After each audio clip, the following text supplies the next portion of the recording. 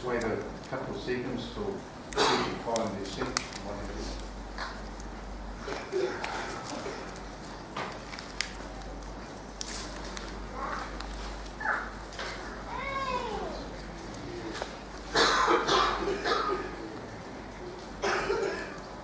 Can I say welcome to the celebration of the life of Stuart James Barnes. My name is Bill Woods, a friend of the family. Before we begin, there are a couple of items to mention, a little bit like checking out a load and all the paperwork before commencing a journey. There is a memorial book out the front there. Please sign it.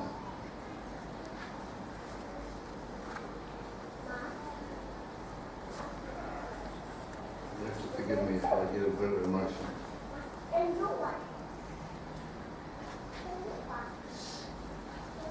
As the members of the family may not have the opportunity to catch up with you, plus it will be almost impossible for them to remember who gave up their valuable time to be here for the last journey of Stu. There will be a cup of tea after the service next door, out here to the left, so that meetings can take place. For those that feel their need for something a little stronger, arrangements have been made at the highwayman across the road and down a little bit, just on the roundabout by Suzie's Road.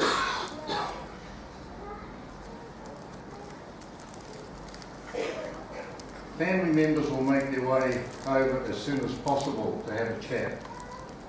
I would also like to record the family's appreciation and a really big thank you to all those involved with the accident, emergency crews. We have one here today, Michael Thompson from the Cheviot Fire Brigade. And the police, with a special mention for the care that was taken to carefully recover Stu so he wasn't damaged. The family would also like to acknowledge Elaine Davis, who came from down south, who became part of the family way back when Stu was just a little boy. And that friendship has endured over the years. And there's also the Westpac donation box out the front if anybody would like to make a donation there. And there's also planned to have a memorial service for Stu in the North Island. Details will be made, they'll be made known as soon as possible. The order of service is not printed in the pamphlet. So we're going to have people talking about Stu. The family first, then others. Have some music. There'll be songs that have been picked out by the family. That will give us a little time for reflection. On behalf of the family of Stu Barnes, Karen, his wife, Amber and Dave, their two children, Taylor and Alicia, plus Jareth, who is through this trying time has arranged the music and photos for today's service. There's also Stu's mother, Hilda, his brother Mervyn and his wife Alison, sisters Jenny and Beverly, their husbands Ken and Gordy, plus all Stu's nieces and nephews, and grandnieces and nephews. Too many to mention. Beverly and Gordon cannot be here today as they are overseas, and it was the wish of the family that they not break their trip and come home. It would be the last thing that Stu would want. Don't be so bloody stupid, would be Stu's reply. It is my privilege to welcome and thank you all for your attendance here. It means far more than you will ever know to a family that has been to hell and back over the past week, and coped only due to their faith and the belief that their beloved Stu was not to blame. They know he would have done his utmost to protect his load and his beloved truck. So many unanswered questions troubled them regarding how this could possibly happen.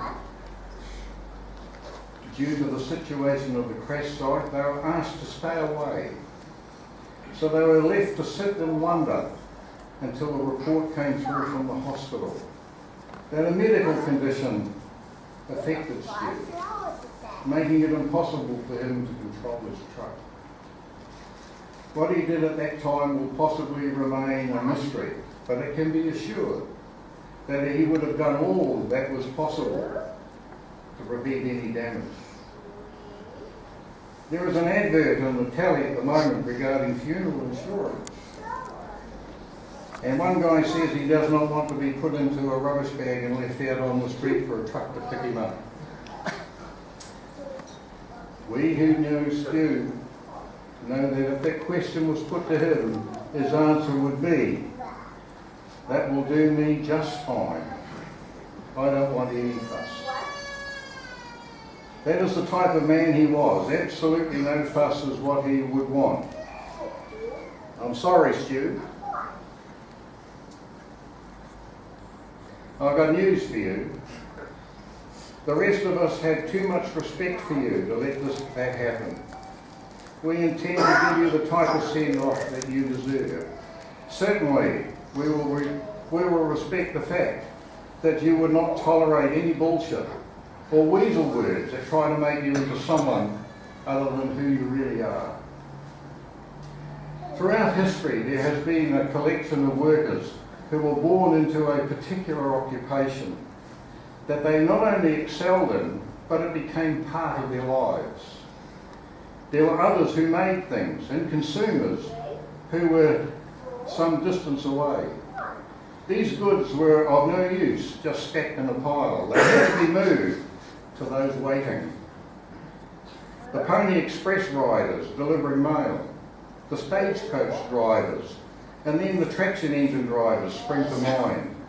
And of course today we have truckies, where not only are the drivers heroes, but the trucks themselves attract devoted admirers.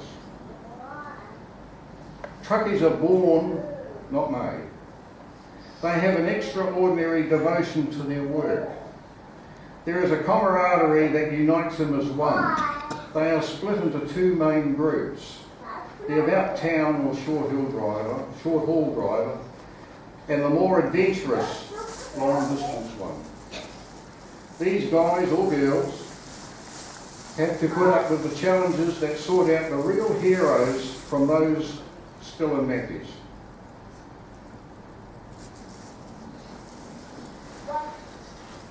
Nights away from home, stuck out in the middle of nowhere, broken down, or snow up to their private parts, driving up roads that were only meant for walking on, and of course bloody inconsiderate and impatient motorcar drivers. One only has to follow a truck during the night to see that they communicate with each other with their blinker lights, as they cannot see into the cab. I have no idea what they mean when the light blinks, and of course it's not sufficiently to bother other motorists, but I am positive it is to make sure that all is well with the other driver. All the time being prepared to respond if something is wrong. Stu loved his long-haul inter-island drives, and I am convinced the fact that he never knew for certain where he was going until he arrived at work added to the love of the job. When he started the inter-island runs, there was a little boy next door who also loved the big rigs and couldn't wait for the school holidays so that he could go with Uncle Stu and ride shotgun or something like that. I am sure Stu would have made him feel important. If it was permissible for Lance to travel in the truck, Lance would come back home, his feet several inches off the ground, with stories of ultimate experiences and wonderment. Suzie too had the exciting experience of travelling with Uncle Stu. On the other hand, if it was against the rules for Lance and Suzie to travel in the truck, the story is just bullshit. I made it up. Lance and Suzie went to Manners for the holidays and watched trucking movies on TV and pretended they were travelling with Uncle Stu. As the service is to remember the life of Stu Barnes, who better to tell it than those who knew him. Firstly, we are going to hear from members of the family, and then there will be an opportunity for others to make a contribution in the celebration of Stu's life. Don't be shy or think that your story will not be appreciated.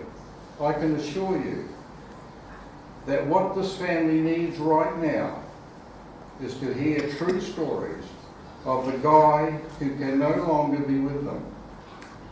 And remember, humour is a great healer. I would like to mention at this point, although Stu drove a truck with freight lines painted on it, he was employed by Night Trans Limited, who contracted to freight lines. Talking to Barbara, Stu's boss for the last 18 years, she said that she could sum up Stu as an employee with just 2 words. They being loyal, perfectionist. Also, the way he looked after that truck was unbelievable. There was also a story that Stu had to live with while working for Barbara, and occasionally it was mentioned to him, not that he liked it, but it was mentioned to him. A brand new truck was purchased that was to be Stu's, but it was shipped to Mount Maunganui.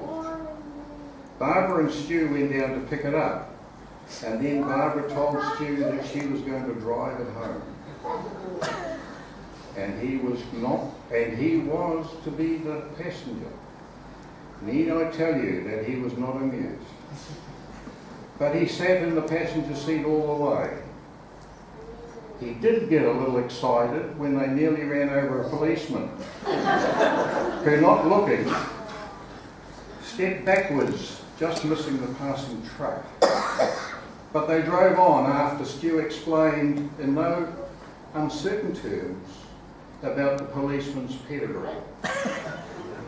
Not sure if the policeman had missed his pants or not. What a reception they got when they arrived. A good-sized crowd had gathered too, and could not believe that Stu was still in the passenger seat. He took some living down that moment. After that episode, Stu always accepted Barbara as a truck driver. Not a female truck driver, but a truck driver. Barbara said Stu was the first man to accept her as an equal. Sitting with us was Joe Wright, who said, "May I endorse that? Stu always treated me as an equal, not like some of the others who were known to comment on female drivers." Well, that's about enough from me for now. May I call on the family to talk about the life of Stu Barnes. And so, somebody's going to do that eulogy for us.